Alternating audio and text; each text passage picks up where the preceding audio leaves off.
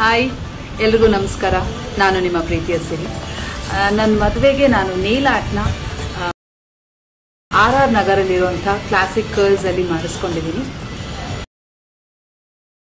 Beautiful ಆಗಿದೆ and elegant ಆಗಿ classic ಆಗಿದೆ. RR ನಗರಲ್ಲಿರುವಂಥ ಕ್ಲಾಸಿಕ್ ಕರ್ಲ್ಸ್. ಮದುವೆ ಹೌದು. ಈಗ ಆವಾಗೆಲ್ಲ ಏನಾಗ್ತಿತ್ತು, ನಮ್ಮ ಡ್ಯಾಡಿ ಹೋಗಿದ ತಕ್ಷಣ ನಮ್ಮ ಮಮ್ಮಿ ಶುರು ಹಚ್ಕೊಂಡ್ರು, ಆಗ್ಬಿಡು ಅಂತ.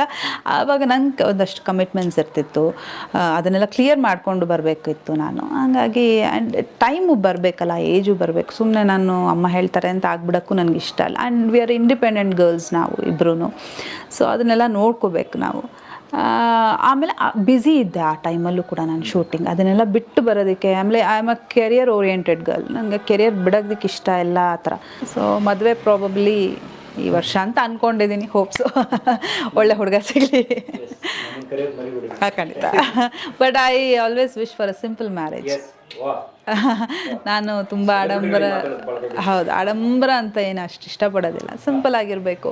ನನಗೆ ಅದೇ ದುಡ್ಡನ್ನು ಬೇರೆ ಏನಕ್ಕಾದರೂ ಯಾರಿಗಾದ್ರೂ ಕೊಡೋದು ಆ ಥರದ್ದೇನಾದರೂ ಮಾಡೋಕ್ಕೆ ಇಷ್ಟ ಆಗತ್ತೆ ನನಗೆ.